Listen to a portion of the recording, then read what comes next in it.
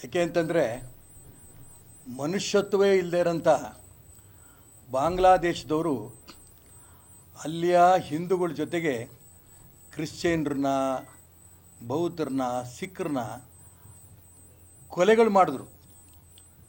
Hindu, Christian, ಬೌದ್ಧರು, ಸಿಖ್ರು ಹೆಣ್ಮಕ್ಳ ಅತ್ಯಾಚಾರಗಳಾಯಿತು.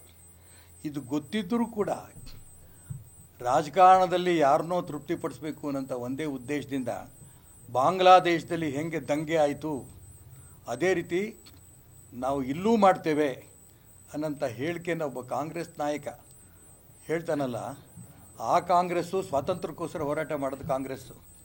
ಕ್ರಾಂತಿ ಇತ್ತು, ಆದರೆ ಅತ್ಯಾಚಾರಗಳಿರಲಿಲ್ಲ, ದಂಗೆಗಳಿತ್ತು, ಕೊಲೆಗಳಿರಲಿಲ್ಲ.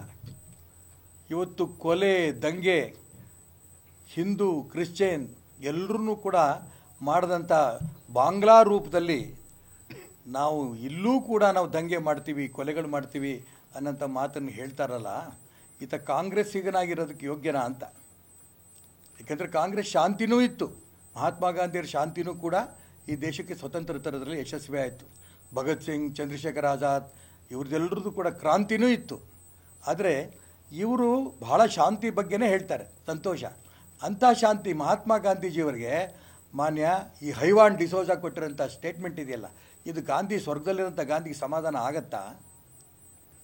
ಒಬ್ಬ ಕಾಂಗ್ರೆಸ್ ನಾಯಕರು, ಮಲ್ಲಿಕಾರ್ಜುನ್ ಖರ್ಗೆ ಇರ್ಬೋದು, ರಾಹುಲ್ ಗಾಂಧಿ ಇರ್ಬೋದು, ಇವ್ರು ಯಾರಾದರೂ ಕೂಡ ಈ ಹೈವಾನ್ ಕೊಟ್ಟಿರೋಂಥ ಸ್ಟೇಟ್ಮೆಂಟ್ ಖಂಡನೆ ಮಾಡಿದಾರಾ? ನಿನ್ನ ಪಕ್ಷದಿಂದ ಕಿತ್ತಾಕ್ತೀವಿ ಅಂತ ಮಾತನ್ನು ಹೇಳಿದಾರಾ? ಈ ಕಾಂಗ್ರೆಸ್ ಪಕ್ಷದವ್ರಿಗೆ ಆಯಾ ಸಂದರ್ಭದಲ್ಲಿ ಬರೋಂಥ ಏನು ಗಲಾಟೆಗಳಾಗುತ್ತೆ, ದೊಂಬೆಗಳಾಗುತ್ತೆ, ಅದರಿಂದ ತಮ್ಮ ರಾಜಕೀಯ ಬೇಳೆ ಬೇಯಿಸ್ಕೊಂಡಂತ ಬೆಂಕಿ ಹಾಕ್ತಾರೆ. ಆ ಥರದಲ್ಲಿ ಇವತ್ತು ಈ ಹೈವಾನ್ ಕೊಟ್ಟಿರೋಂಥ ಹೇಳಿಕೆ ಇದೆಯಲ್ಲ, ಇವತ್ತು ಇಡೀ ದೇಶದ ನಾಗರಿಕರನ್ನ ತಲೆ ತಗ್ಸಂಗೆ ಮಾಡಿದೆ. ಕಾಂಗ್ರೆಸ್ನವ್ರಿಗಂತೂ ಮಾನ ಮರ್ಯಾದೆ ಇಲ್ಲ. ಯಾಕೆಂದರೆ ಅವ್ನು ಕೊಟ್ಟಂಥ ಹೇಳಿಕೆಯನ್ನು ತಕ್ಷಣ ಅದನ್ನು ಖಂಡನೆ ಮಾಡಬೇಕಿತ್ತು, ಅವನ ಪಕ್ಷದಿಂದ ಉಚ್ಚಾಟನೆ ಮಾಡಬೇಕಾಗಿತ್ತು, MLC ಸ್ಥಾನ ಕಿತ್ತು ಬಿಸಾಕಬೇಕಾಗಿತ್ತು. ಅವ್ರಿಗೆ ಅದು ಲೆಕ್ಕಕ್ಕಿಲ್ಲ. ಕಾಂಗ್ರೆಸ್ನವ್ರು ಏನಾಗಬೇಕಾಗಿದೆ, ಈ ಸಂದರ್ಭದಲ್ಲಿ ರಾಜಕೀಯ ಬೇಳೆ ಬೇಯಿಸೋದಕ್ಕೆ ನಮಗೆ ಸಪೋರ್ಟ್ ಮಾಡ್ತಾ ಇದ್ದಾರೆ ಅನ್ನೋಂಥ ಒಂದೇ ಕಾರಣಕ್ಕೆ ಅವರು ಇದಕ್ಕೆ ಸಹಿಸ್ಕೊತಾ ಇದ್ದಾರೆ. ನಾನು ಅದಕ್ಕೋಸ್ಕರ ಹೇಳ್ತೀನಿ, ಈ ಹೈವಾನ್ ಡಿಸೋಜಾನ ಮುಂಚೆ ಕಿತ್ತು ಬಿಸಾಕಬೇಕು. ಅವನ ರಾಷ್ಟ್ರದ್ರೋಹಿ ಅನ್ನೋದು ತೀರ್ಮಾನ ಮಾಡಿ ಅವನ್ನ ಅರೆಸ್ಟ್ ಮಾಡಬೇಕು. ಅವನ ಮೇಲೆ ಏನೇನು ಕ್ರಿಮಿನಲ್ ಕೇಸ್ ಹಾಕಬೇಕು, ಕ್ರಿಮಿನಲ್ ಕೇಸ್ಗಳಾಗಿ ಜೈಲಿಗೆ ಕಳಿಸ್ಬೇಕು.